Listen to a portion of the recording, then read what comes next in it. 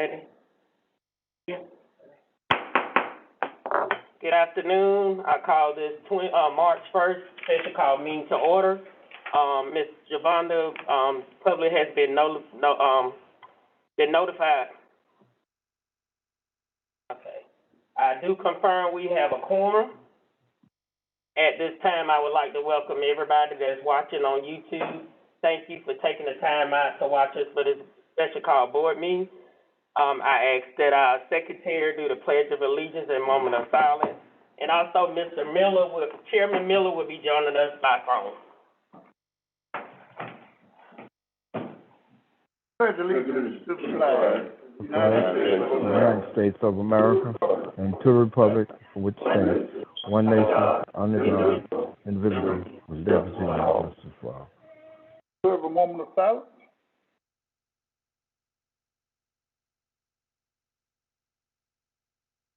Amen.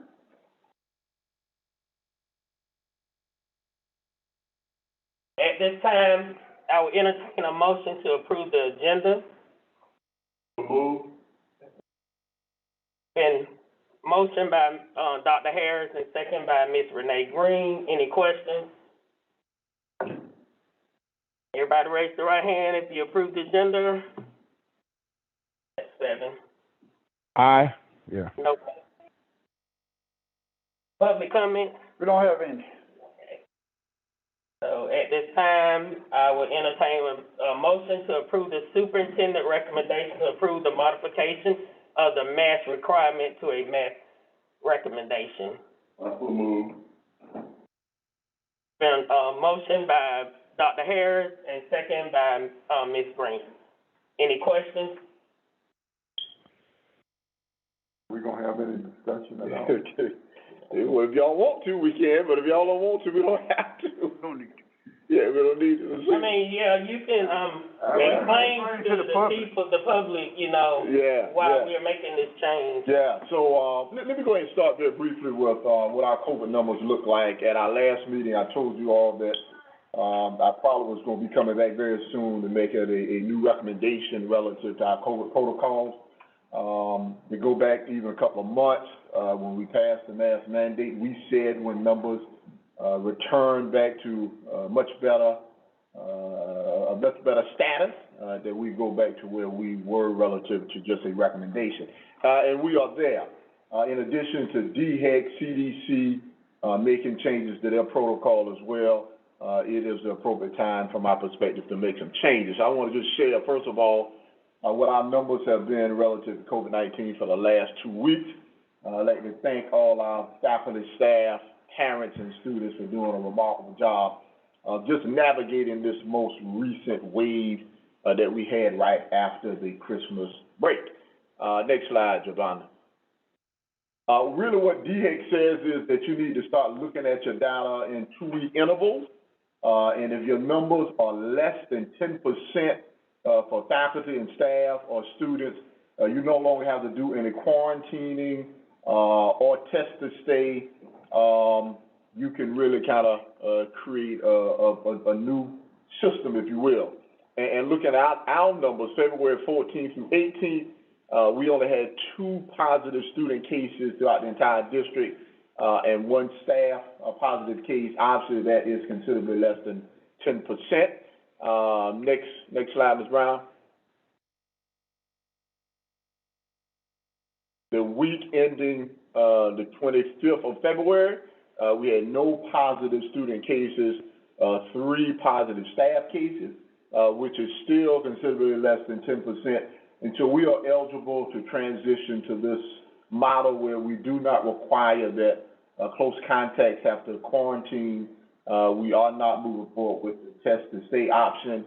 They've also made some modifications to whether masks will be will be mandated on buses, and so we are going to relax that also, where we did not have the option of doing so. So from this point forward, my recommendation is that we just move to a recommendation, not a mask requirement. And if the numbers begin to trend upward, as DHEC indicated, your 2-week numbers begin to go above 10%, then you revisit your protocols and potentially go back to doing some quarantining, maybe some testing to stay in, and some other safety measures. Dr. Green? Yes, ma'am. With the parents that are being concerned about, the numbers, I mean, it's optional. You know, you can still wear masks, not wear masks, whatever they feel comfortable doing with their children. I mean, I still feel comfortable wearing my mask, even though they say the numbers are going down.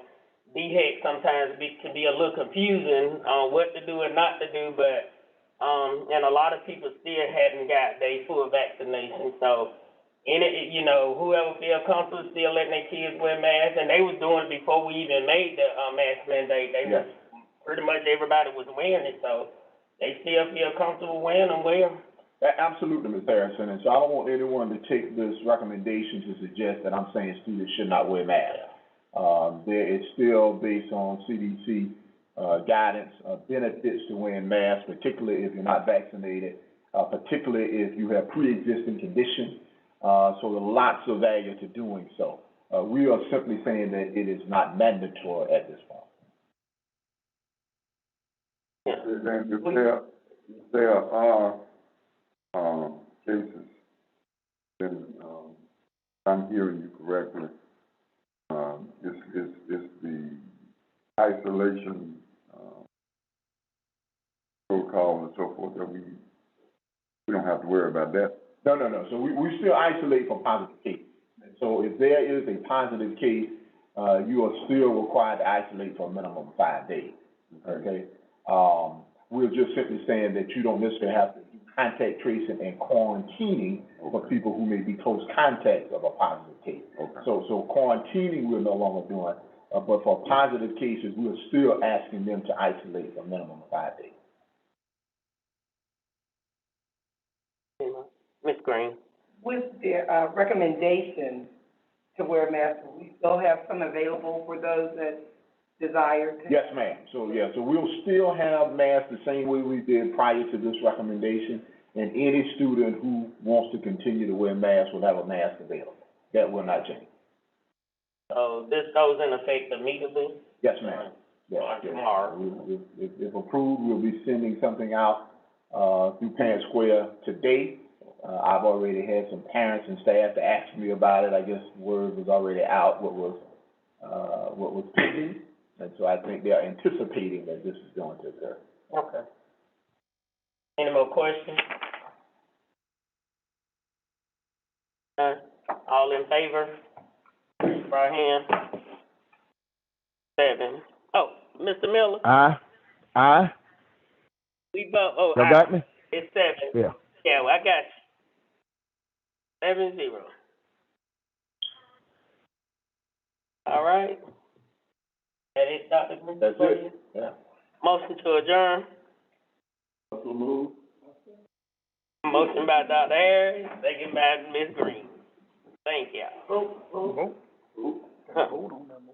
vote, sorry. Everybody in favor to adjourn? Mr. Miller? Aye. Oh, he said that. All right, we gone, Mr. Miller. All right, thank you. Y'all did a great job. Okay. All right. Man, I call you.